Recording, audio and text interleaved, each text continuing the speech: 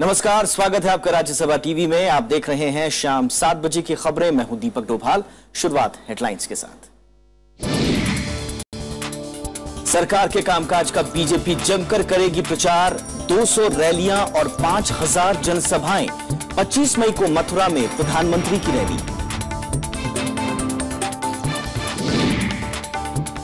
दिल्ली विधानसभा का मंगलवार से 2 दिन का विशेष सत्र। केंद्र की अधिसूचना पर होगी चर्चा। नियुक्ति आदेश के खिलाफ सुप्रीम कोर्ट जाने पर विचार। 5वीं बार तमिलनाडु की मुख्यमंत्री बनी जयललिता। पनीरसेल्वम समेत 28 मंत्रियों ने ली शपथ। बीजेपी ने दी शुभकामनाएं। केंद्रीय सतर्कता आयुक्त और मुख्य सूचना आयुक्त की नियुक्ति के लिए फिर होगी बैठक। आम सहमति बनाने की कोशिशें जारी। 9 महीने से खाली पड़े हैं दोनों पद। और जानलेवा साबित हो रही है गर्मी। तेलंगाना समेत देश भर में 200 लोगों की मौत। कई राज्यों में पारा 45 डिग्री के पार।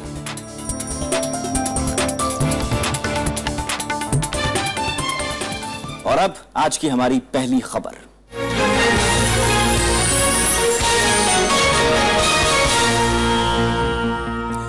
एआईएडीएमके प्रमुख जयललिता 5वीं बार तमिलनाडु की मुख्यमंत्री बन गई हैं। उनके साथ आज 28 मंत्रियों को भी राज्यपाल ने पद और गोपनीयता की शपथ दिलाई। इस बीच कर्नाटक के मुख्यमंत्री एस सिद्धारमैया ने कहा है कि आय से ज्यादा संपत्ति के मामले में जयललिता को बरी करने वाले हाईकोर्ट के फैसले की समीक्षा हो रही है।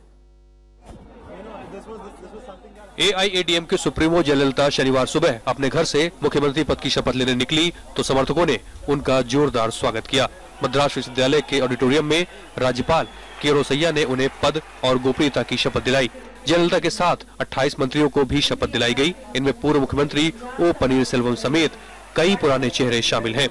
समारोह में केंद्र में मंत्री पी राधाकृष्णन और मशहूर अभिनेता रजनीकांत समेत फिल्म जगत की कई बड़ी हस्तियां मौजूद थी। It was a very happy occasion and we are very happy that Madam Purochitali has come back to power. Jayalalithaa के मुख्यमंत्री बनते ही राज्य के अलग अलग हिस्सों में एआईएडीएम के समर्थकों ने आतिशबाजी की और मिठाइयां बांटी। बीजेपी ने जयललिता को उनकी नई भूमिका के लिए शुभकामनाएं दी हैं।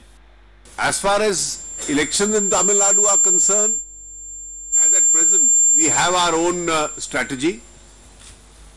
But as far as government to government relationship is concerned, we would maintain the best relations with the government of Tamil Nadu. उधर कर्नाटक के मुख्यमंत्री एस सिद्धारमैया ने कहा कि राज्य विधि विभाग जयललिता से जुड़े फैसले की समीक्षा कर रहा है।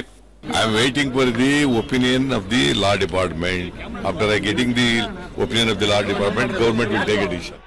67 साल की जयललिता ने करीब 8 महीने बाद प्रदेश की सत्ता दोबारा संभाली है। पिछले साल सितंबर में आय से अधिक संपत्ति मामले में दोषी पाए जाने के बाद जयललिता ने मुख्यमंत्री पद से इस्तीफा दे दिया था। तब ओ पनीरसेल्वम को मुख्यमंत्री बनाया गया था। हालांकि 11 मई को कर्नाटक हाईकोर्ट ने जयललिता को बरी कर दिया। Bureau report, Rajya Sabha TV. और जयललिता के दोबारा मुख्यमंत्री बनने के बाद जो तमाम तरह की चुनौतियां उनके सामने हैं, राज्य की राजनीतिक स्थिति क्या होगी, इन तमाम पहलुओं पर बात करने के लिए इस वक्त हमारे साथ स्मिता गुप्ता जी मौजूद हैं, जो कि एसोसिएट एडिटर हैं द हिंदू की। बहुत बहुत स्वागत है आपका स्मिता जी। सबसे पहले अगर बात की जाए, 5वीं बार मुख्यमंत्री पद को संभाला है जयललिता ने और एक तरह से सहमति है, कहीं कोई दिक्कत वाली बात नजर नहीं आ रही पार्टी के भीतर या कोई दूसरा कोई ऐसी बात नहीं है जिससे कोई दिक्कत नजर आ रही हो। लेकिन चुनौतियां क्या हैं आगे, खासकर की जो अगला 6 से 9 महीने का जो समय है उनमें तमाम तरह की चुनौतियां होंगी जयललिता के सामने, क्या आकलन है आपका? पहली बात तो ये है कि जो पिछले 7 महीनों का एक एडमिनिस्ट्रेटिव अनसर्टेनिटी था वो खत्म हो गया है। तो एक तरीके से जयललिता जी का वापस आना अन्ना डीएम के लिए एक शुभ चिन्ह है, क्योंकि अब वो जो बाकी अब समय है उसमें वो फोकस कर सकती है एडमिनिस्ट्रेशन पे, और जैसे माना जाता है कि काफी सारे वेलफेयर मेजर्स वो फिर दोबारा लाएगी। दूसरी बात है कि जिस तरीके से तमिलनाडु की राजनीति आज है, उसमें जयललिता का वापस आने से ये पार्टी और भी सशक्त हो गया है, क्योंकि यदि हम दूसरे पार्टीज की बात करें तो जैसे डीएमके जो है, अब डीएमके का जो नेतृत्व है वो करुणानिधि जी अब बहुत ही बूढ़े हो गए हैं, और उनका जो परिवार में जो दो एमके स्टालिन और दूसरा जो बेटा, उनमें बनता नहीं है। फिर उनके जो नेशनल लेवल के नेता हैं जो माने जाते हैं, जैसे ए राजा या कनिमोडी, इन पर अभी भी करप्शन का धब्बा अभी भी है। आप सीता जी, आप ये कहना चाह रही हैं कि जयललिता और मजबूत होकर उभरी हैं इस पूरे एपिसोड से जो पिछले 8 महीने में हुआ, और दूसरी तरफ डीएमके के बीच जो भीतरी अंदर खाने जो मुझे तो लगता है कि क्योंकि एक तरीके जी, क्योंकि डीएमके के अंदर काफी ऐसा मतभेद भी है और उस पे एक प्रश्न चिन्ह भी है। उनका क्या फ्यूचर होगा ये लोगों को पता नहीं है। जहां की ये अन्ना डीएमके में हम देख रहे हैं कि 8 महीना पनीर सेल्वम दूसरा एक मुख्यमंत्री था। अब बिहार में ही चलिए, वहां आप देखिए जीतन राम मांझी और नीतीश कुमार, कितना बड़ा एक झगड़ा वहां बन रहा है। जीतन राम मांझी ने अपना एक पार्टी बना लिया, मगर पनीर सेल्वम एक बड़ा बिल्कुल एक लॉयलिस्ट के तरह, और इनफैक्ट वो चीफ मिनिस्टर के कमरे से भी नहीं काम किया था। जी। वो फाइनेंस मिनिस्टर के कमरे से ही अपना काम उन्होंने चलाया था। दूसरी बात है, यदि हम पिछले 2 चुनाव देखें, असेंबली का और लोकसभा का, असेंबली में 234 सीट में 151 सीट लाए थे अन्ना डीएमके, और पिछले साल 2014 में जब लोकसभा का चुनाव हुआ था तब सिर्फ 2 सीट और लोगों को गया, अन्ना डीएमके को 27 सीटें मिली। जी। तो ऐसे भी एक सशक्त पार्टी था उनका। अब जो सबसे अहम नेता है वो वापस आ गई है, और जैसे आज जो दृश्य दिखाई दिए चेन्नई में या पूरे तमिलनाडु में, आप देख सकते हैं कि उनका जो हौसला था उनके पार्टी कार्डर्स में वो बिल्कुल उभर के आया है। बिल्कुल। तो मुझे तो लगता है कि जयललिता का वापस आने से अन्ना डीएमके और भी मजबूत हो गया है। जी। और मैं दूसरे सवाल पर आऊंगा स्मिता जी, मैं दूसरे सवाल पर आऊंगा। किस तरीके से? जी हाँ, ये तो रही स्टेट की बात की मजबूत हो रही है एआईएडीएमके बनस्पत डीएमके, और आने वाले शायद जो आने वाला जो विधानसभा चुनाव है उसमें शायद फायदा हो सकता है जयललिता को। लेकिन जो केंद्र के साथ संबंध हैं, जो केंद्र की राजनीति है, उस पर क्या असर पड़ता हुआ दिखाई दे रहा है? क्योंकि एआईएडीएमके के राज्यसभा में 11 सांसद हैं जो बहुत मायने रखते हैं, खासकर तब जब एनडीए सरकार अल्पमत में है राज्यसभा में। और आज अरुण जेटली कह रहे हैं कि हम बेस्ट पॉसिबल वे में मदद करेंगे तमिलनाडु की। तो क्या एक संकेत है कि केंद्र सरकार चाह रही है कि किसी न किसी तरह से जयललिता को लुभाकर उनके जो 11 सांसद हैं उनको अपने पक्ष में रखा जाए ताकि दिक्कत ना हो? हाँ, मुझे तो लगता है, क्योंकि आप देखेंगे कि आज के स्वेरिंग इन सेरेमनी में भी भाजपा के लोकल नेता वहां मौजूद थे, एल गणेशन और पोन राधाकृष्णन, और शायद 1-2 और भी थे।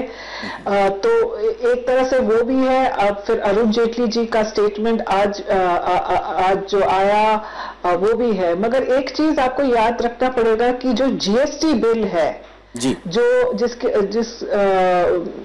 Goods and services tax bill, जिस पर बीजेपी काफी फोकस कर रही है, स्टेट्स में तमिलनाडु एक ऐसा स्टेट है जो इसको अपोज कर रही है इसके प्रेजेंट फॉर्म में। इनफैक्ट कल अरुण जेटली जी जब कल का उनका जो प्रेस कॉन्फ्रेंस था सरकार की तरफ एज फाइनेंस मिनिस्टर, उन्होंने इसका जिक्र भी किया था, और उन्होंने कहा था कि हम कोशिश करेंगे कि तमिलनाडु को समझाने के लिए कि उनको कुछ लॉसेस नहीं होगा, और यदि कुछ लॉस भी हो जाए तो हम केंद्र की तरफ से हम उसको कॉम्पेंसेट करेंगे। तो ये तो बहुत ही कोशिश तो चल ही रहा है बीजेपी की तरफ से। और आपने सही कहा कि राज्यसभा में उनका जो 12 एमपीज है बहुत मायने रखता है भाजपा के लिए। जी, बहुत बहुत शुक्रिया स्मिता जी, वक्त निकालने के लिए और हमसे इस मुद्दे पर बातचीत करने के लिए। तो ये थी आज की हमारी पहली खबर। वक्त एक छोटे से ब्रेक का, ब्रेक के बाद देश और दुनिया की कुछ और खबरें होंगी।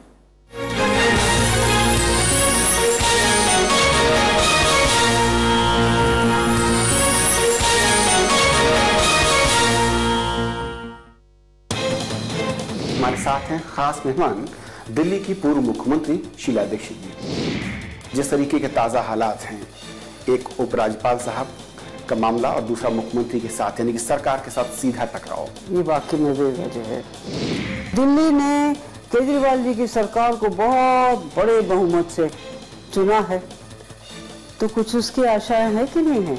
आप तो आशाओं पे पानी फेर रहे हैं। ब्यूरोक्रेसी न्यूट्रल है, जो उसका चुनकर सरकार आएगी वो उसका काम करेगा। देखिए तरकश शनिवार रात 8:30 बजे और रविवार दोपहर 1:30 बजे।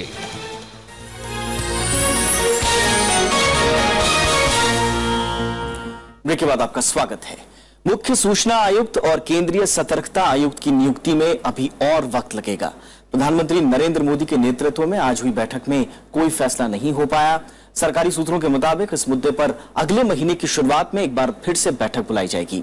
सीआईसी और सीवीसी पद करीब 9 महीने से खाली पड़े हैं। इधर कांग्रेस अध्यक्ष सोनिया गांधी ने भी संसद सत्र में खाली पड़े पदों का मुद्दा उठाया था। प्रधानमंत्री निवास पर शनिवार को सीवीसी और सीआईसी की चयन समिति की बैठक हुई। इस बैठक में कई नामों पर चर्चा हुई, लेकिन कोई सहमति नहीं बन पाई। अगले महीने की शुरुआत में बैठक फिर से बुलाई जाएगी। प्रधानमंत्री की अध्यक्षता में हुई चयन समिति की अलग अलग बैठक में गृह मंत्री राजनाथ सिंह, वित्त मंत्री अरुण जेटली, लोकसभा में कांग्रेस पार्टी के नेता मल्लिकार्जुन खड़गे और कार्मिक राज्य मंत्री जितेंद्र सिंह ने हिस्सा लिया। एक कॉन्फिडेंशियल मीटिंग होती है और प्राइम मिनिस्टर के नेतृत्व में ये मीटिंग चली। कम से कम 1 घंटा चर्चा हुआ और एक शॉर्ट लिस्ट बनाने के लिए हम सलाह दिए हैं। उसके तहत तो शॉर्ट लिस्ट बन के फिर और एक बैठक होगी, उसमें अंतिम निर्णय ले जाएंगे। मल्लिकार्जुन खड़गे के इस बयान पर सरकार की ओर से सफाई देने की कोशिश की गई।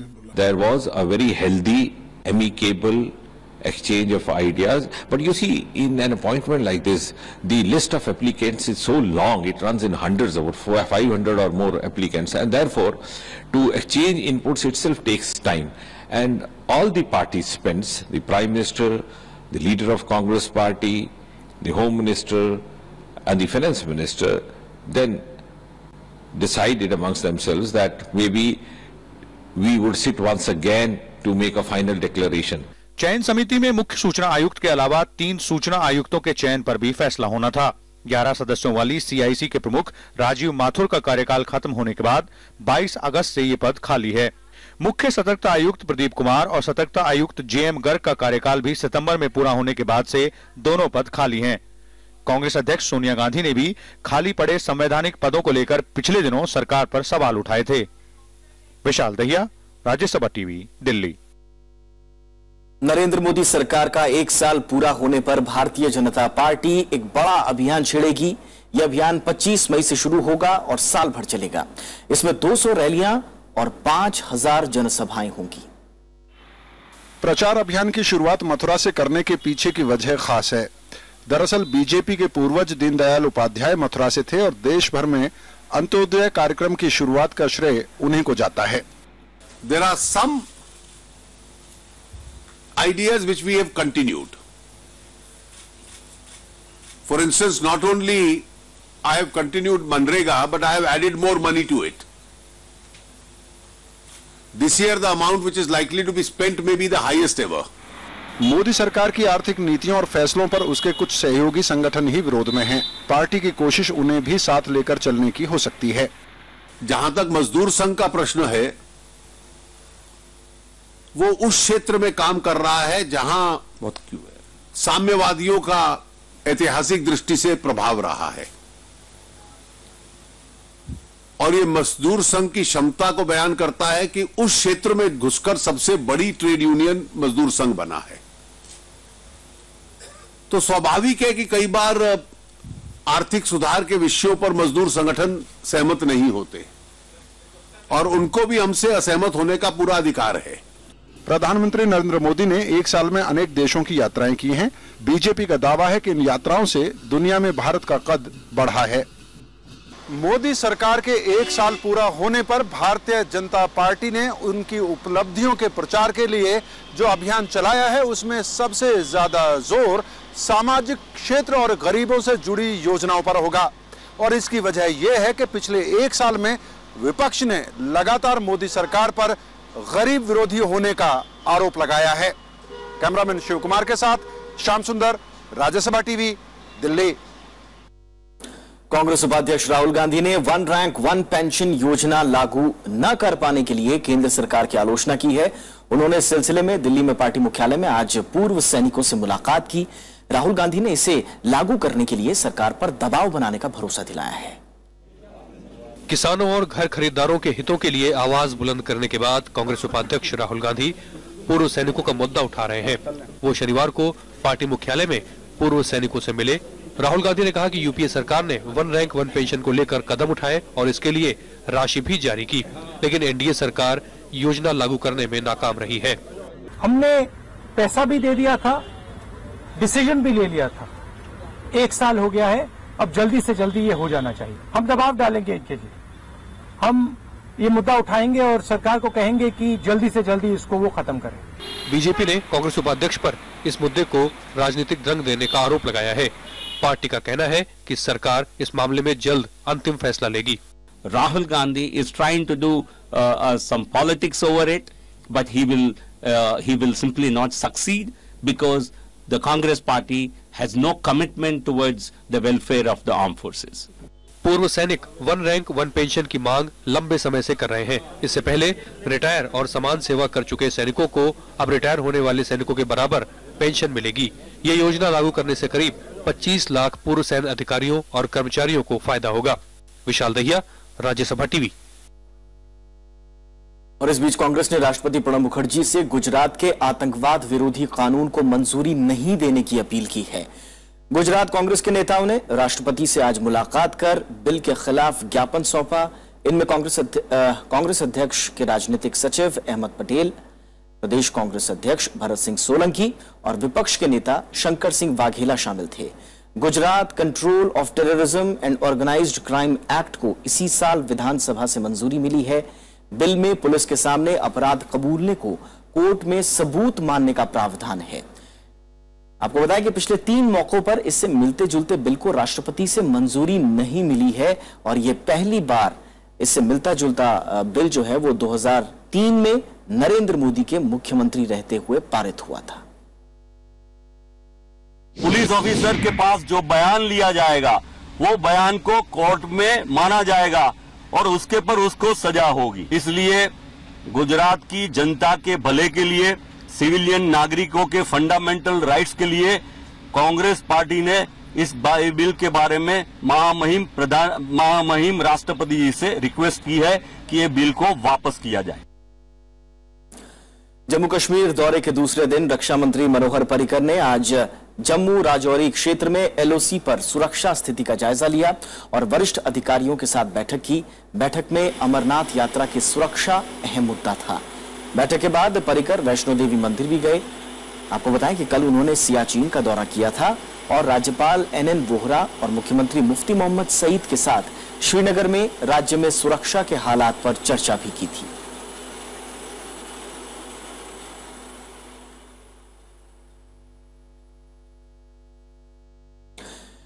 पूर्व सॉलिसिटर जनरल गोपाल सुब्रमण्यम ने दिल्ली सरकार को अधिकारों के विवाद पर अपनी सलाह दी है।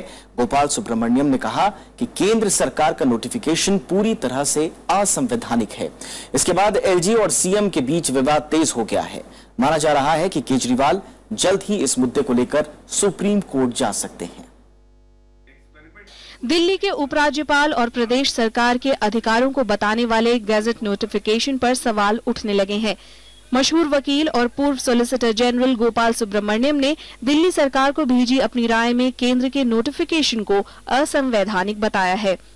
I don't think, first of all, the central government is empowered to interfere in the matter of shall we say, appointment of civil servants within the state government. गुरुवार को नोटिफिकेशन जारी होने के बाद दिल्ली सरकार ने संविधान और कानून के जानकारों से इस पर सलाह मांगी थी। इसमें गोपाल सुब्रमण्यम भी शामिल थे। सुब्रमण्यम ने कहा कि अगर दिल्ली सरकार के अधिकारों को कोई और ओवर रूल करता है तो ये संविधान के अनुच्छेद 14 और 239 AA का उल्लंघन होगा। उन्होंने ये भी आशंका जताई कि ये नोटिफिकेशन राष्ट्रपति की अनुमति के बिना ही जारी हुआ है।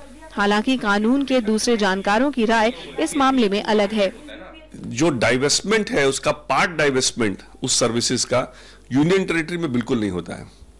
इसलिए यूनियन टेरिटरी में केंद्र हमेशा से ही ऑल इंडिया सर्विसेज के मामले में उसका एक्शन लेने का राइट सुप्रीम है।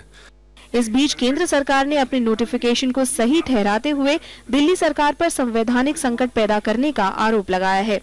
There is no conflict as far as the center is concerned. We want to work with the states.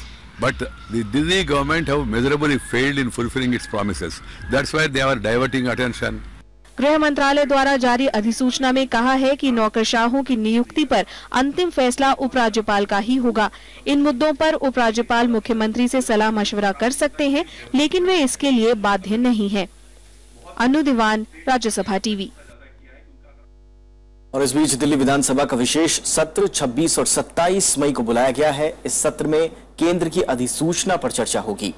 आज शाम दिल्ली कैबिनेट की बैठक में यह महत्वपूर्ण निर्णय लिया गया है। ट्यूसडे और वेंसडे को ये जो होम मिनिस्ट्री की अधिसूचना है, इसके ऊपर चर्चा करेंगे और विधानसभा में चर्चा होगी इस पे, क्योंकि जिस तरह से अभी राय आ रही है उसके हिसाब से ये काफी अनकॉन्स्टिट्यूशनल है। और इस वक्त हमारे संवाददाता अनु दीवान हमारे साथ जुड़ चुकी हैं इस मुद्दे पर बातचीत के लिए। अनु, विशेष सत्र तो बुलाया गया है 26 और 27 मई को। एजेंडा क्या होगा इसका, इस बारे में कोई खुलासा किया है सरकार ने? दीपक, बिल्कुल दिल्ली सरकार ने 26 और 27 मई को एक विशेष सत्र बुलाया है, जिसके ऊपर दिल्ली सरकार जो है सभी विधायकों के साथ विधानसभा में इस पूरे नोटिफिकेशन के ऊपर चर्चा करेगी और जो अंतिम फैसला होगा वो विधानसभा में ही लेगी। हो सकता है कि दिल्ली सरकार विधानसभा का सत्र जो है, ये विशेष सत्र जो है वो बढ़ा भी दे, क्योंकि दिल्ली सरकार जो जैसे कल नोटिफिकेशन आया था उसके बाद कानूनी और कॉन्स्टिट्यूशनल विशेषज्ञों से इनके ऊपर राय ले रही है और दिल्ली सरकार लगातार इसके ऊपर लगी है कि विशेष सत्र में जाने से पहले जितनी कानूनी राय है वो ले ली जाए, कि उस राय को भी उस विधानसभा में टेबल किया जाए और इस नोटिफिकेशन के ऊपर गाइडलाइंस के ऊपर जो दी गई है एमएचए की तरफ से, उनके ऊपर चर्चा कर कोई अंतिम फैसला ले सके। बहुत बहुत शुक्रिया अनु दीवान इस तमाम जानकारी के लिए। आगे बढ़ते हैं। उत्तर भारत समेत देश के कई राज्य इस वक्त भीषण गर्मी की चपेट में हैं। कई जगहों पर पारा 47 डिग्री के पार पहुंच चुका है। आंध्र प्रदेश, तेलंगाना और दूसरे राज्यों को मिलाकर लू से करीब 200 लोगों की जान जा चुकी है। मौसम विभाग के मुताबिक अगले 2 दिनों तक तेज गर्मी से राहत मिलने की उम्मीद नहीं है। सूरज की तेज तपिश ने लोगों का जीना मुहाल कर दिया है। लू से बचने के लिए लोग घर से छतरी लेकर शरीर और चेहरे को पूरी तरह से ढककर बाहर निकल रहे हैं। गर्मी से राहत पाने के लिए जूस, गन्ने का रस और शिकंजी का सहारा ले रहे हैं। Vijayawada too much hot is there. Day by day it's going to be increase the temperature, but it is not decreasing. Anyway, it comes to May 25th ending of the month, so we are not unable to come outside after 10:30 AM from morning onwards. बहुत ज़्यादा गर्मी पड़ रही है और हम लोग गर्मी बुझाने के लिए सत्तू का इस्तेमाल कर रहे हैं, हम झोरा का इस्तेमाल कर रहे हैं। पिछले 3 दिनों में उत्तर भारत समेत महाराष्ट्र, आंध्र प्रदेश, तेलंगाना और ओडिशा में तापमान 45 से 47 डिग्री सेल्सियस के बीच पहुंच चुका है। पिछले 1 महीने में तेलंगाना में लू लगने से 73 लोगों की मौत हो गई। नालगोंडा में 28 और करीमनगर में 22 लोगों की मौत हुई है। आंध्र प्रदेश में भी गर्मी और लू से 80 लोगों की मौत हो गई है। सबसे ज्यादा 40 लोगों की मौत प्रकाशम जिले में हुई। ओडिशा में भी लू लगने से 25 लोगों की मौत हो चुकी है। मौसम विभाग के मुताबिक उत्तर भारत में अभी गर्मी से राहत नहीं मिलेगी। The temperature not only over Delhi but many parts of the north, central and east India, even the peninsular India are very high.